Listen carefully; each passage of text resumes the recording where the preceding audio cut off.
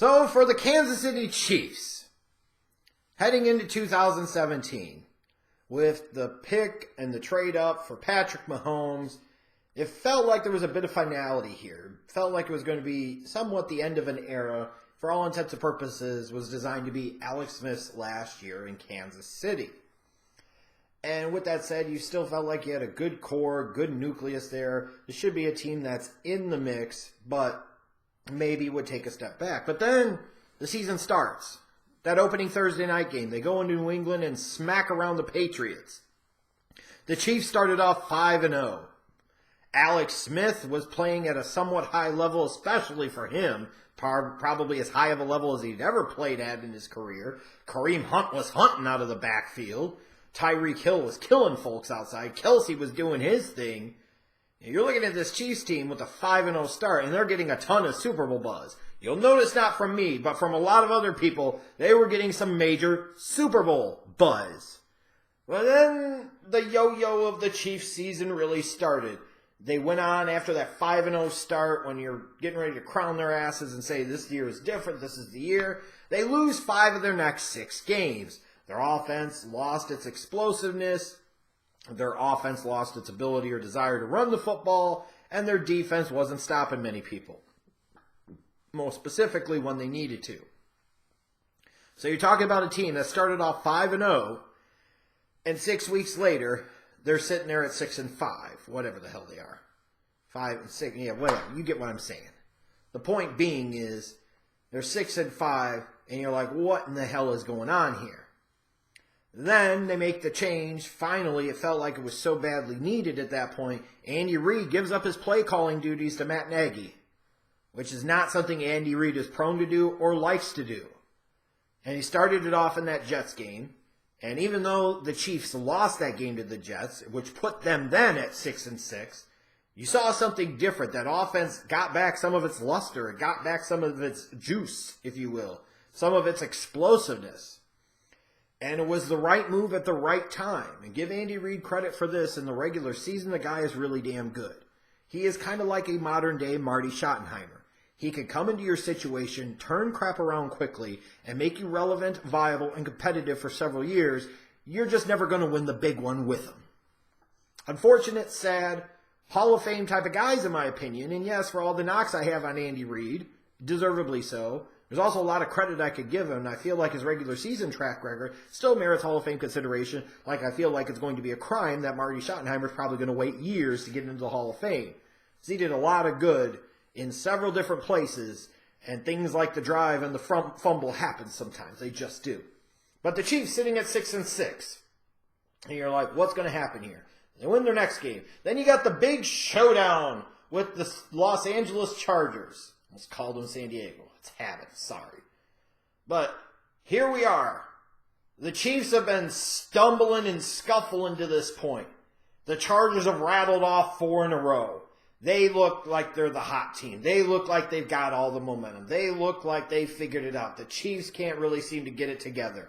It feels like the Chargers are going to beat them, they're going to leapfrog them, and they're going to run away with this division, and the Chiefs are going to stumble and limp through the rest of the season, miss the playoffs, and then it's going to get a little ugly. But that didn't happen. Chiefs beat the Chargers, won those last 2 games, actually won their last 4 games in a row to finish 10-6, win the AFC West, and make the playoffs for the 4th time in 5 years under Andy Reid. Making the playoffs 4 times in 5 years in the NFL is an accomplishment. It should be celebrated. And when you look, there were still a lot of good things that happened through the course of the season. Statistically, Alex Smith had by far his best year. He threw for over 4,000 yards, and he only started 15 games. What do you have, like 26 touchdown passes and only 5 picks? Something crazy like that? 28 touchdown passes, 5 picks? It was a great statistical season for Alex Smith. You got great years from Travis Kelsey and Tyreek Hill. They both went over 1,000 yards receiving. Cairo Santos, who was a solid kicker for them, got hurt early. Harrison Butker comes in. He has a great season. A rookie kicker out of Georgia Tech. He's over 90% in field goals, and he didn't miss an extra point all regular season. 90% field goal kicker, no missed extra points for some fucking guy who wasn't even started the season as your kicker. I mean, that's an indication that things are going well, that you're doing a good job of identifying talent when you need to. But ultimately with this season, it felt like in a lot of ways, as Kareem Hunt went, so went the Chiefs. In their 10 wins, and I'm including Week 17 where he touched the ball exactly one time, so it throws down the numbers a little bit. But in their 10 wins, Kareem Hunt averaged over 105 yards rushing per game. In their 6 losses, 45.8 yards per game. And in those 6 losses, he got 20 carries in exactly 0 of them. 0 of them. And in 4 of those 6 losses, he got 11 carries or less. I think the other 2 losses, he had 13 carries in one and 18 carries in the other. So you see a lack of production in the running game combined with a lack of commitment and consistency with a will and desire to run the football really hurt this Kansas City Chiefs team. When Kareem Hunt did well, they did well. When he didn't, they didn't. And I don't necessarily put that on the player because, again, we talk about getting 9 carries, 7 carries, 11 carries, 11 carries, 13 carries, 18 carries. You're not sticking with the run enough, especially when it's one of the keys to your success because it opens up so many other things outside for you in the passing game.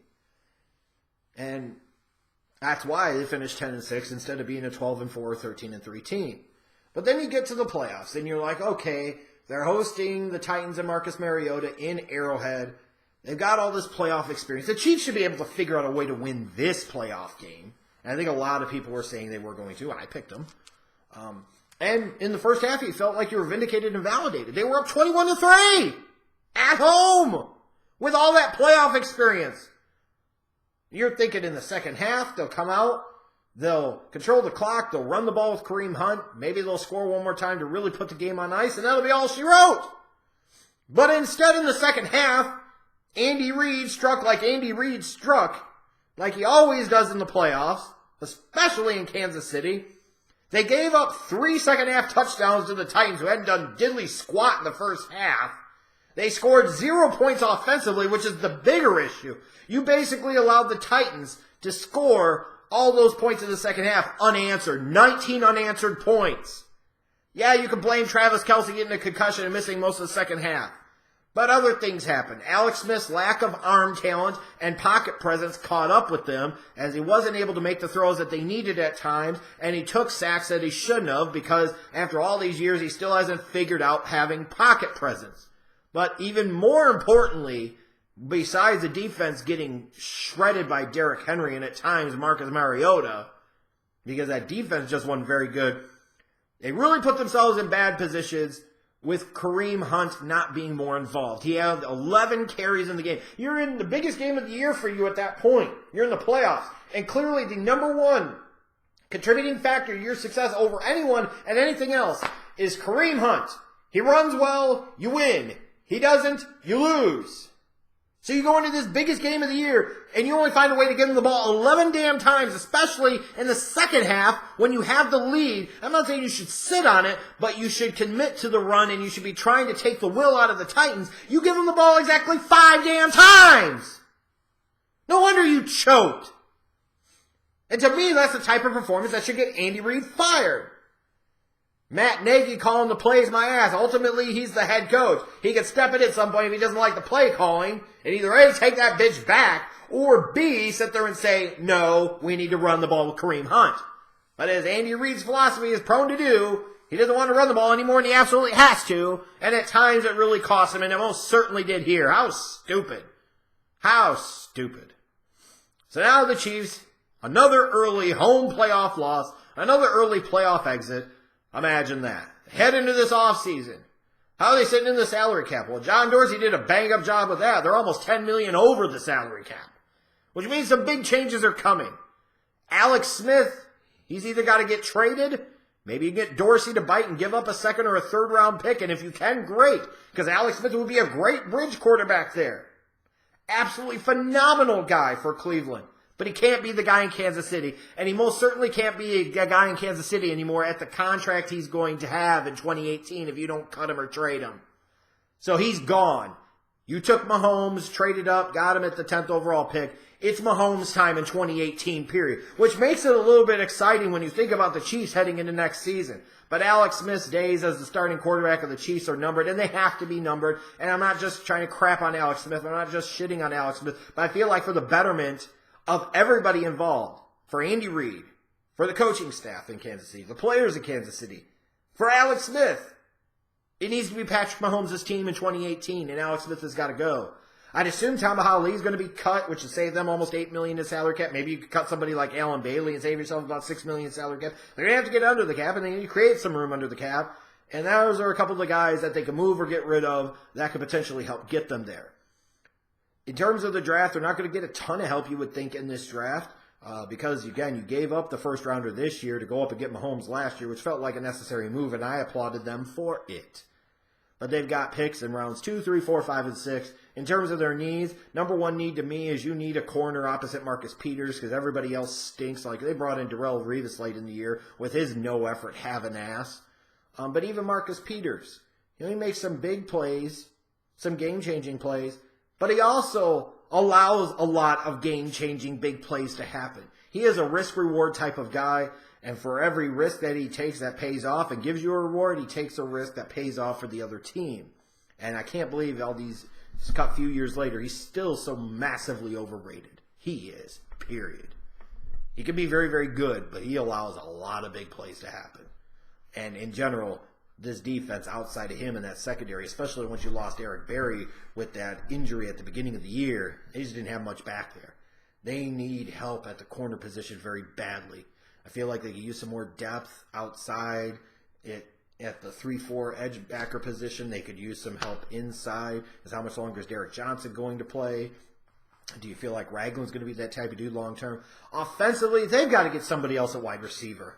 No more of the Albert Wilsons and the Chris Conleys. You've got to find somebody that is a viable, at least somewhat intermittent weapon opposite of Tyreek Hill and Travis Kelce.